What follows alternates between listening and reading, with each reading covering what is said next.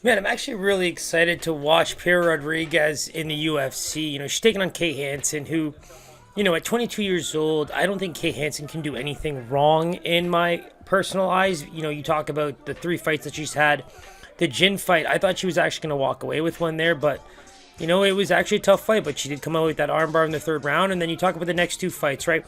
We actually were on Corey McKenna in the second fight. Then we were actually on Kay in that most recent fight against Jesu DeVicious, a fellow Canadian, but yeah, I don't really like what we saw there. I think that there was opportunities for her to recover a bit better over the course of those first two rounds, and she did her best in that third. But the control time, the lack of takedowns. For me, the thing that stands out the most for Kay Hansen is you can see that there is a game plan that she sticks with for the most part. And in those three fights in the UFC, you've got 2 for 11 on takedowns, 2 for 5 on takedowns, and then most recently 1 for 7 on takedowns. So she's trying to get this fight.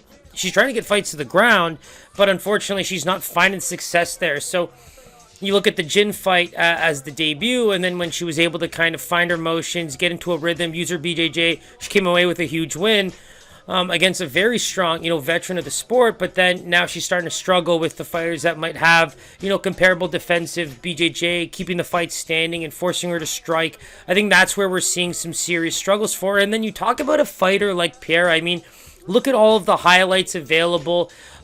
She is an absolute workhorse. She can go 3 rounds with ease. I mean, let's talk about that Gosick LFA title match real quick. I mean, not only was she wearing damage there, but she was absolutely giving it. For me, the level of output that I see from her, along with that cardio level, is pretty amazing. I think that her footwork is pretty impressive for where she's at in her MMA career. And those are the areas that I think she's just going to be able to exploit Kay Hansen to a very big level. If this takes place in that phone booth, as they say, it's going to be a Rodriguez fight, in my opinion. It's very difficult to see that boxing won't be what is her main key to victory here. But with Kay Hansen, it's like, you're starting to see that she wants to be able to change, levels a bit, be able to use some striking, but set things up. I mean, at least she won't have a 5-inch reach disadvantage in this fight. It's a little bit closer in those areas. But again, I think that Piera looks very, very good.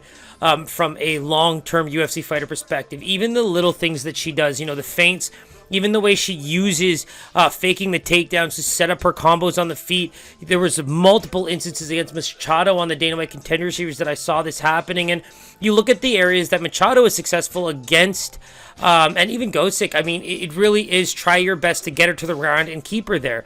I think that she's proven that she's been able to get up from the ground. Even the way she won the LFA title. I mean, 5th round.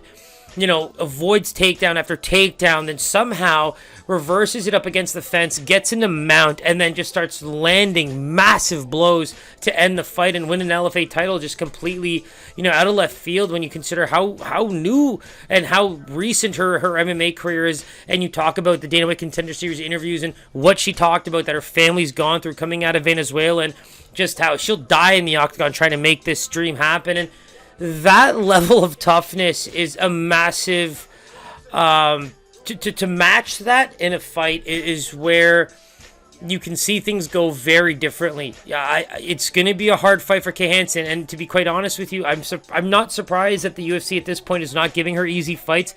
It's like I said, I don't think she can do anything wrong at 22 years old. She's going to get the hard fight. She's going to have to prove a bit more, and that's where I actually like Rodriguez a bit in this fight. I think that she has a lot less to lose. I think that she's coming in with a lot of hype, and the skills prove it.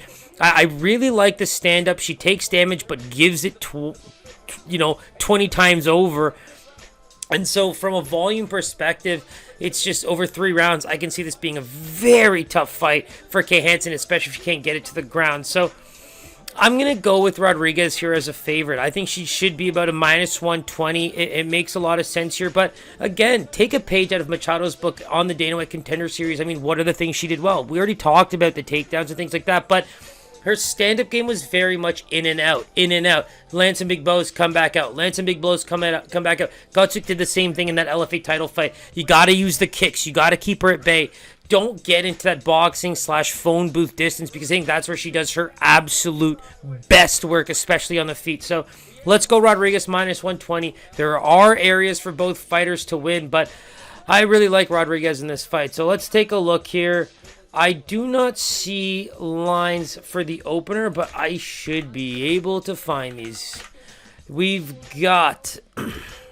Yeah, so, I mean, we sniped that. Piera Rodriguez coming in as a minus 125 favorite. So, very close fight according to Vegas. We put down minus 120.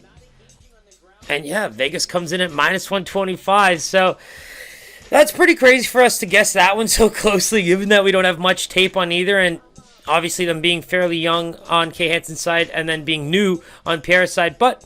I mean, we can clearly see how that fight breaks down. I think it's a really fun fight. I think all eyes are going to be on Piera to see how she can do against, you know, kind of a big name like Kay Hansen. So I'm excited. I think that's going to be a big one, so stay tuned for that.